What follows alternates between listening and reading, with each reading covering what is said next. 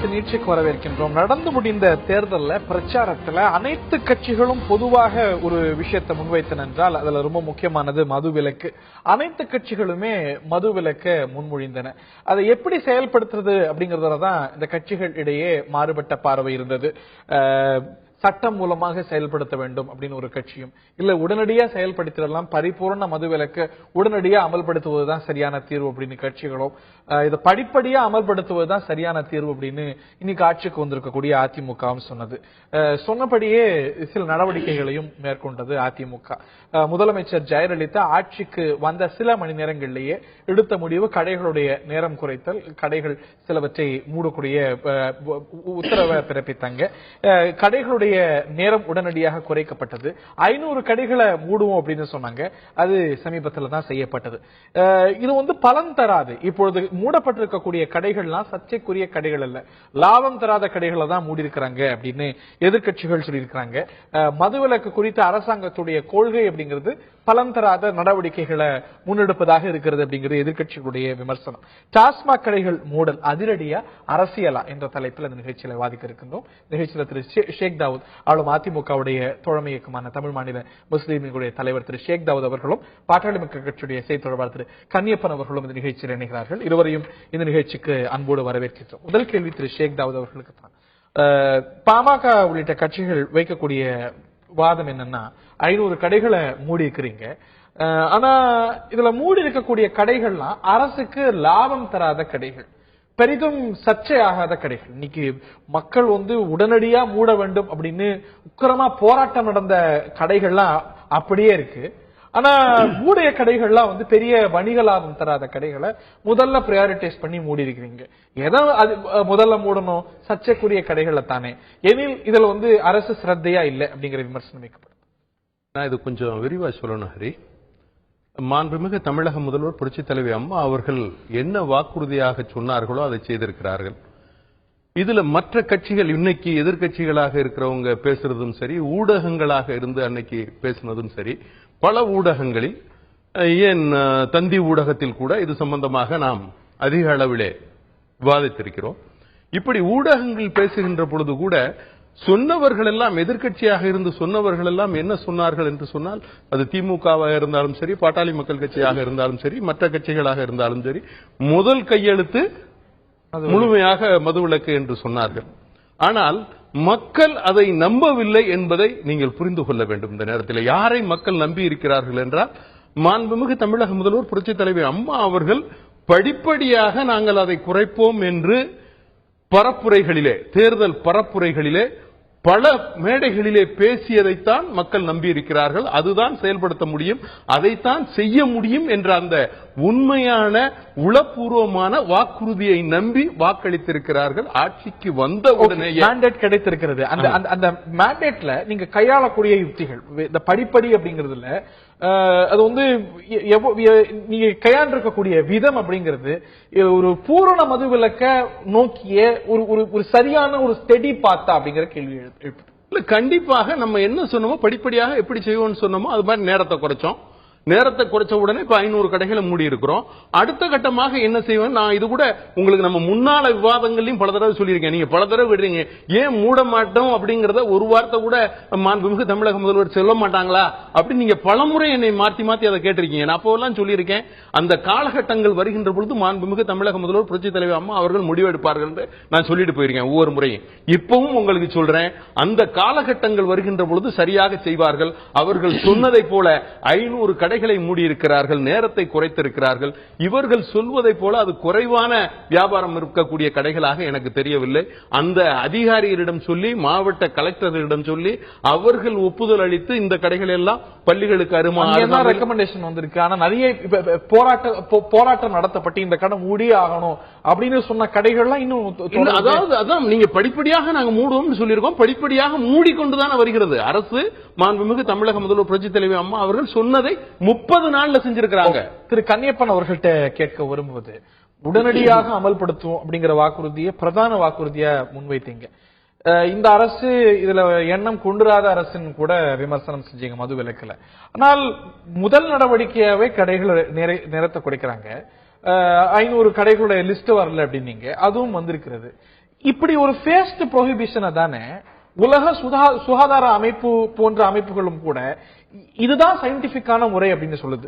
கடைகளோட நேரத்தை குறைப்பது, விசினிட்டியில ப்ராக்சிமிட்டியை குறைப்பது, கடைகளை மூடுவது, படிப்படியாக அமல்படுத்துவதுதான் சரியான சயின்டிபிக் மெத்தட் அப்படின்னு WHO சொல்லுது. அந்த பாதையில தானே அரசு செயல்படுது.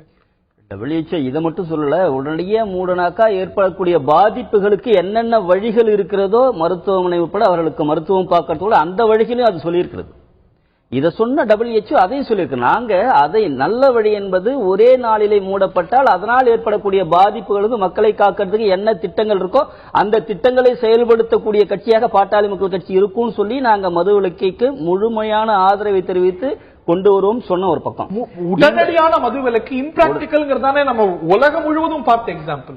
உடனடியாக கொண்டு வரதுனால ஏற்படக்கூடிய விளைவுகள் இருந்து மக்களை பாதுகாப்பதற்கான நடவடிக்கைகளை பாட்டாளி மக்கள் கட்சி மேற்கொள்ளும். இப்ப சப்ஜெக்ட் அது இருந்தா கூட இன்னொரு விஷயத்துல நீங்க சொன்னீங்க, இப்ப ஆரம்பிக்கும் போது சொன்னீங்க, மதுக்கடைகளை போராட்டம் செய்த மதுக்கடைகளை உடனடியாக மூட வேண்டிய மதுக்கடைகளை இந்த அரசு மூடவில்லை. அது நிதர்சனமான உண்மை. உங்களை போன்ற இல்லாட்டி பல கட்சிகள் இந்த கடை அந்த கடை இல்லை, எல்லா கடையும் மூடணும் அப்படின்னா இது நல்ல மதுக்கடை அது நல்ல மதுக்கடை இல்ல அப்படின்னு எந்த மதுக்கடை? அதாவது இந்த தமிழக அரசு மதுக்கடைகளை மூட வந்ததை பாட்டாளி மக்கள் கட்சி ஒரு வெற்றியாக கருதுகிறது. அதனுடைய போராட்டத்தின் விளைவுக்கு கிடைத்தக்கூடிய வெற்றி தான். நத்தம் விஸ்வநாதன் பேசும்போது கடந்த சட்டமன்ற கூட்டத்தொடரில் சொன்னாரு, நான் கடந்த ஆட்சியில ஒரு கடைகளை கூட மூடுவதற்கான வாய்ப்பே இல்லைன்னு சொன்னவர் தான். ஆனா பாட்டாளி மக்கள் கட்சி கொடுத்த அழுத்தத்தின் அடிப்படையில மற்ற கட்சிகளும் அதை பின்தொடர்ந்து திமுக எதிர்கட்சியாக இன்றைக்கு வந்திருக்கிற திமுக முதல் கையெழுத்திடுவேன் எங்களை போல சொன்னதுடைய விளைவாக இன்றைய முதலமைச்சர் அந்த அறிவிப்பை வெளியிட்டு அதுல சொற்பமான சில விஷயங்களை செஞ்சிருக்காங்கன்னு தான் நாங்க நினைக்கிறோம். இந்த 500 மதுக்கடைகளை கூட கிட்டத்தட்ட 5000 முதல் 7000 முதல் மது விற்பனை செய்த கடையா தான் இருக்கும். உதாரணத்துக்கு நீங்க கோயம்புத்தூர்ல பல்வேறு மாவட்டத்துல பல இடங்கள்ல இப்படிப்பட்ட மதுக்கடைகள் தான் இருந்திருக்குது. அந்த மதுக்கடைகளை ஏன் மூடி இருக்காங்கன்னு சொன்னாக்கா நீங்க இன்னொரு விஷயம் பார்க்கணும். பல கடைகள் இப்ப மூடப்பட்ட கடைகளை கிட்டத்தட்ட 90% கடைகளுக்கு பார்களே இல்லாத கடைகள், விற்பனை குறைந்த கடைகள், போராட்டங்கள் மூலமாக மக்கள் கேட்ட கடைகள் அது கிடையாது. எந்த கடையை மக்கள் மிகப்பெரிய போராட்டம் மூடல. மதுரை மண்டலங்கிறது மதுவை பொறுத்த வரைக்கும் ஒரு லார்ஜ் சங்க். அங்க 200 கடைகள் மூடப்பட்டிருக்கு. அதெல்லாம் வெறும் ஐவாஷ் சொல்லிட முடியுமா? இல்ல, இது ஐவாஷ் தான், அதுல மாற்று கருத்தே இல்லை. ஏன் அதை நாங்க ஐவாஷ் சொல்றோம்? மதுரை மண்டலத்துல கணிசமான வருவாய் மதுக்கடை மூடணும். அங்க 200 கடைகள் அந்த மண்டலத்துல மூடலாம். நல்ல எண்ணத்தோடு இந்த அரசு மதுக்கடைகளை மூடி இருப்பதாக சொன்னால் அது முதல்ல செய்திருக்க வேண்டியது ஒரு நாளைக்கு 3 லட்சம் ரூபாய் வருமானம் வரக்கூடிய கடையை மூடி அந்த மக்கள் அதிகமா அங்க குடிக்க வராங்க, அதை குறைக்கணுங்கிற நோக்கத்தோடு அது செயல்பட்டு மதுரையில இந்த 200 கடைகள்ல அதிகம் வருவாய் வரக்கூடிய கடைகள் நிறைய அடக்கம். 200 கடைகள் அப்படி இருக்கிறதுக்கான வாய்ப்புகள் வரும். மதுரை மண்டலத்துல 200 கடைகள் மூடப்பட்டு. இப்ப கோயம்புத்தூர் நான் ஒண்ணு சொல்றேன் பாருங்க. கோயம்புத்தூர்ல காந்திபுரத்துல மொத்தம் 10 கடைகள் இருக்குது. அந்த 10 கடையில மூடப்பட்டிருக்கிற ஒரே ஒரு கடை 7000 ரூபாய் தினசரி வருமானம் வரக்கூடிய ஒரு கடை. அப்ப நீங்க சொல்ற மாதிரி அதே கோயம்புத்தூர்ல அந்த கடைக்கு பக்கத்துல 7வது பில்டிங்ல இன்னொரு கடை இருக்குது. அதுக்கப்புறம் ஒரு பக்கத்து தெருவில் இன்னொரு கடை இருக்கு. அப்படி வரிசையாக இருக்கக்கூடிய ஏரியா காந்திபுரம் ஒரு குறிப்பிட்ட ஏரியா, அந்த ஏரியா கொடுக்கிற 10 கடையில ஒரு கடை தான் அப்படின்னு சொன்னாக்கா மது வியாபாரம் பாதிக்காம 2 மதுக்கடை இருக்குன்னா நடுவு ஒரு கடையை மூடி மற்ற கடைகள்ல வியாபாரம் பேலன்ஸ் ஆற மாதிரி அதாவது மக்களுக்கு படிப்படியான மதுவிலக்கு அப்படின்னாலே இப்படிதான தொடக்கம் அப்படிங்கிறது அரசுடைய வாதம். இது வெறும் ஐவாஷ் அப்படிங்கிறது எதிர்கட்சியுடைய வாதம். நான் திரு ஷேக் தாவூத் அவர்கள்ட்ட கேட்க வரும்போது எந்த கடையை மூடினாலும் சர்ச்சை எழும். இந்த கடையை மூடல, இந்த கடையில் தானே அதிகம் பிரச்சனை எழுந்தது. 6200 கடையும் சர்ச்சைக்குரிய கடை தான், அதுல மாறுபடல. ஆனா இந்த கடைகளை மூடும் பொழுது இதுதான் எங்களோட படிப்படி மதுவிலக்கு அப்படிங்கிறீங்க. மத்தவங்க எல்லாம் பூர்ண மதுவிலக்கு சொல்லும் போது அதுதான் லட்சியம், நான் படிப்படியா தான் அடைய முடியும் அப்படிங்கிறீங்க. ஆனால் அந்த படிப்படிகள் என்னென்ன? இது முதல் படி, இது 2வது படி, முதல்ல இதை செய்வோம், அடுத்து இவ்வளவு கடைகளை குறைப்போம், இதற்கான டைம் டேபிள், இதற்கான ஸ்கெடியூல், இதை நீங்க போட்டிருந்தா இந்த பிரச்சனையே கிடையாது. நீங்க அடுத்து என்ன செய்ய போறீங்கிறதுக்கான ஒரு வெளிப்படையான நிலை இல்லாத போது இயல்பா அந்த சந்தேகங்கள்லாம் தொடர்ந்து எழத்தானே செய்யும். இல்ல, அதாவது மாண்புமிகு தமிழக முதல்வர் புரட்சி தலைவி அம்மா அவர்கள் தெளிவான கருத்தை சொல்லியிருக்கிறாங்க. இந்த படிப்படிங்கிறத நாங்க குறைப்போம் அப்படின்னு அதை சொன்னது இல்ல, அதை செஞ்சிருக்காங்க.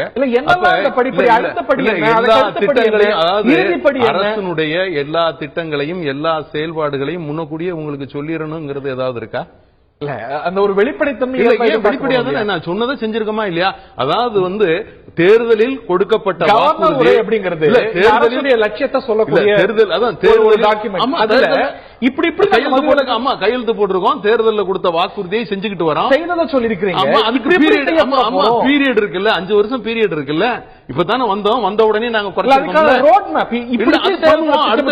அது யாருக்கு அந்த உரிமை இருக்கு? மாண்புமிகு தமிழக முதல்வர் புரட்சி தலைவி அம்மா அவர்களுக்கு அந்த உரிமை இருக்கு. அதை செய்வாங்க. என்ன சொன்னதை செய்தவங்க, செய்யக்கூடியதை சொன்னவங்க.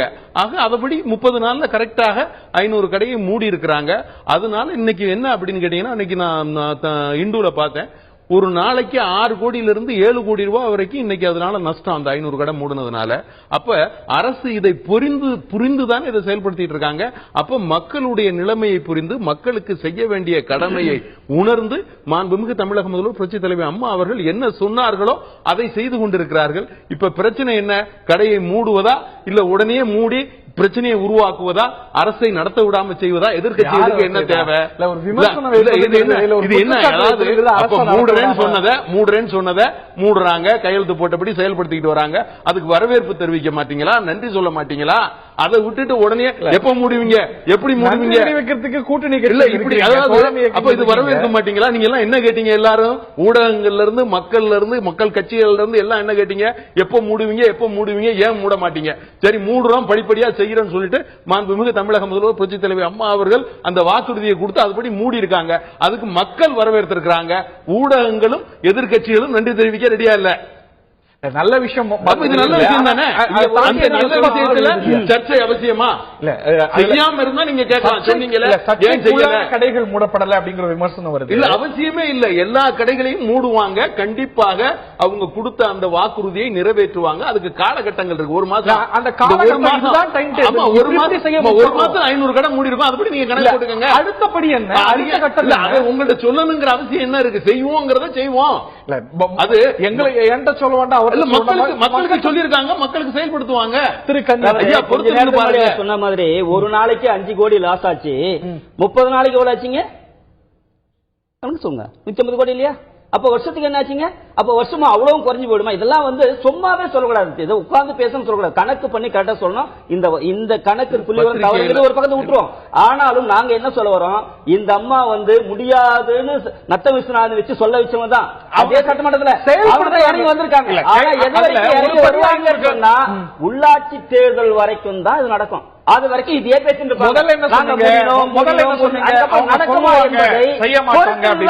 நடக்காது என்பதுதான் எங்களுடைய விஷயம். ஏன்னா நடக்காததுக்கு காரணமா என்ன நாங்க சொல்றோம்னா, இப்ப சொன்ன பாருங்க, வெறும் 7000 8000 வருமானம் உள்ள கடைகளை மூடி இருக்கிறார்கள். பார் இல்லாத கடைகளை மூடி இருக்கிறார்கள். கடைகளை மூடி இருக்கிறார்கள். இப்படிப்பட்ட கடைகள் தான் மூடப்பட்டிருக்கிறது தவிர நெடுஞ்சாலையில் இருக்கிற கடைகள் இன்னும் மூடாமல் இருக்கு. நீங்க மருத்துவமனைக்கு பக்கத்துல இருக்க கடைகள் மூடாம இருக்கு, பள்ளிக்கூடத்துக்கு பக்கத்துல இருக்க கடைகள் மூடாம இருக்கு, கோயிலுக்கு பக்கத்துல இருக்க கடைகள் மூடாம இருக்கு. இந்த கடைகள் எல்லாம் மூடி இருக்க வேண்டிய மூடாமல் ரெட்டானைங்கிற கிராமத்துல ஒரு கடை மூடப்படுது. திண்டிவனம் மாவட்டத்துல, திண்டிவனம் பகுதியில வருது. இந்த இடத்துல ஒரே ஒரு மதுக்கடை தான் இருந்தது. இது எடுத்ததுனால ஒரு லிக்கர் ஃப்ரீ வில்லேஜா மாறிடுச்சு. இது இல்ல, ரெட்டனைக்கு பக்கத்திலேயே 10 கிலோமீட்டர் கூட இல்ல பக்கத்துல திண்டிவனம். அது மாதிரி இந்த பக்கத்துல போனா 10 கிலோமீட்டர் கூட நீங்க பாக்கணும் இல்லையா? ஒரு சில நாட்கள் குடிப்பழக்கம் உள்ளவங்க 10 கிலோமீட்டர் கடை மூடப்பட்டிருப்பதற்கான காரணம், அந்த கடை நடத்தப்படுகிற அந்த வீட்டின் உரிமையாளரே அந்த கடையை விலக்கிக் கொள்ள சொல்லி தொடர்ந்து அரசுக்கு கோரிக்கை வைத்ததன் காரணமாகத்தான் மூடப்பட்டது. ஏன்னா அது 7 மாவட்டம் எனக்கு தெரியும் அங்க என்ன நடக்குதுன்னு சொல்லிட்டு அதன் விளைவாக அது மூடப்பட்டிருக்கிறது. பல பிரச்சனைகள் பார்க்கும்போது 10 கிலோமீட்டர் தள்ளி போய் குடிக்க போவாங்க. எவ்வளவு நாளைக்கு மொத்தம் 10 கிலோமீட்டர் வராது, 5 கிலோமீட்டர் தான் வரும். ரெட்டனைக்கும் திண்டிவனம் 10 கிலோமீட்டர்னா 5 கிலோமீட்டர். அதுல 5 நிமிஷம் நேரம் வண்டி எடுத்து இப்ப யார் எல்லாத்துக்கும் டூ வீலர் இருக்கு. அதனால இந்த கடை விற்பனை நேரத்தில் குறைச்சதுனாலேயோ இந்த 500 கடை மூடனாலேயோ அரசுக்கு எந்த வருவாய் இழப்பும் கிடையாது. என்ன கேட்டீங்கன்னா வருவாய் கூடி இருக்குது யாருக்கு? அந்த பார் நடத்துகிறவர்களுக்கு. இரவு நேரத்துல தொடர்ந்து பார் விற்பனை ஆகி கொண்டிருக்கிறது. 12 மணிக்கு கடை திறக்கிறதுனால முன்கூட்டியே அந்த பார் விற்பனையாளர்கள் பண்றாங்க. இந்த பார் யார் நடத்துகிறார் என்று சொன்னால் ஆளும் கட்சியை சேர்ந்த நிர்வாகிகள், அதன் பொறுப்பில் இருப்பவர்கள் தான் பார் நடத்த முடியுது. அவர்களுக்கு தான் இது கூடுதல் பலனை அளித்திருக்கிறது, லாபத்தை கொடுத்திருக்கிறதே தவிர மக்களுக்கு இதனால் எந்த பலனும் இல்லை என்பதுதான் எங்களுடைய தெளிவான கருத்து. அவர் சொன்ன விமர்சனம், ஒருவேளை இதுதான் எங்களுடைய ரோட் மேப், இப்படித்தான் மதுவிலக்கு அமல்படுத்துறோம் நீங்க சொன்னீங்கன்னா, சொல்லிருந்தீங்கன்னா உள்ளாட்சி தேர்தல் வரைக்கும் தான் செய்றாங்க அப்படிங்கிற விமர்சனமே எடுபடாது. நீங்க சொல்லாத வகையில அதாவது இவங்களுடைய போக்கெல்லாம் என்ன, இவங்களுடைய நோக்கம் எல்லாம் என்ன, தேர்தலை முன்னிறுத்திய அரசியல். இவங்க என்ன பண்ண போறாங்க, இப்ப உள்ளாட்சி தேர்தல் வரப்போகுது, அதனால உள்ளாட்சி தேர்தலுக்கு இதை சொல்லிக்கிட்டே வருவாங்க. உள்ளாட்சி தேர்தலும் முடிஞ்சிருச்சுன்னு வைங்க, அடுத்து பாராளுமன்ற தேர்தல் வரும், பாராளுமன்ற தேர்தல் வரைக்கும் தான் இதை செய்வாங்கன்னு சொல்லுவாங்க. பாராளுமன்ற தேர்தலும் முடிஞ்சு அடுத்த சட்டமன்ற தேர்தல் வரும், அதுக்கு சொல்லுவாங்க. ஆக மொத்தத்துல இவங்களுடைய குறிக்கோள் எல்லாம் தேர்தலுக்கு தேர்தல், தேர்தலுக்கு தேர்தல் சொல்றதுதான் ஒண்ணு. என்ன ஆனா மாண்புமிகு தமிழக முதல்வர் புரட்சித் தலைவர் அம்மா அவர்கள் மது ஒழிப்புல மக்களை மது ஒழிப்பிலிருந்து காப்பாற்றுவதற்கு, மது குடிப்பதிலிருந்து மக்களை காப்பாற்றணும்னு சொன்னாக்கா அதிகமா விற்கக்கூடிய கடையை மூடி இருக்கணும். அது மூடலையே ஏன் கேட்கிறோம். கோயில் பக்கத்தில் இருக்கிற கடையை மூடி இருக்கணுமே கேட்கிறோம். பள்ளிக்கூடத்து பக்கத்தில் இருக்கிற கடையை மூடி இருக்கணுமே. இப்படி 2000 கடைகள் இருக்கிற போது நாங்களும் கடையை மூடிய 500 கடையில மக்கள் போராட்டம் நடத்திய கடைகளும் அடக்கம், கோயில் பள்ளிகளுக்கு அருகாமல் இருக்கக்கூடிய கடைகளும் மொத்தமாக சேர்ந்தால் கூட 10% கடைகள் தேராது. 50 கடைகள் மட்டும்தான் சொல்லிக்கிட்டே தான் இருப்பாங்க.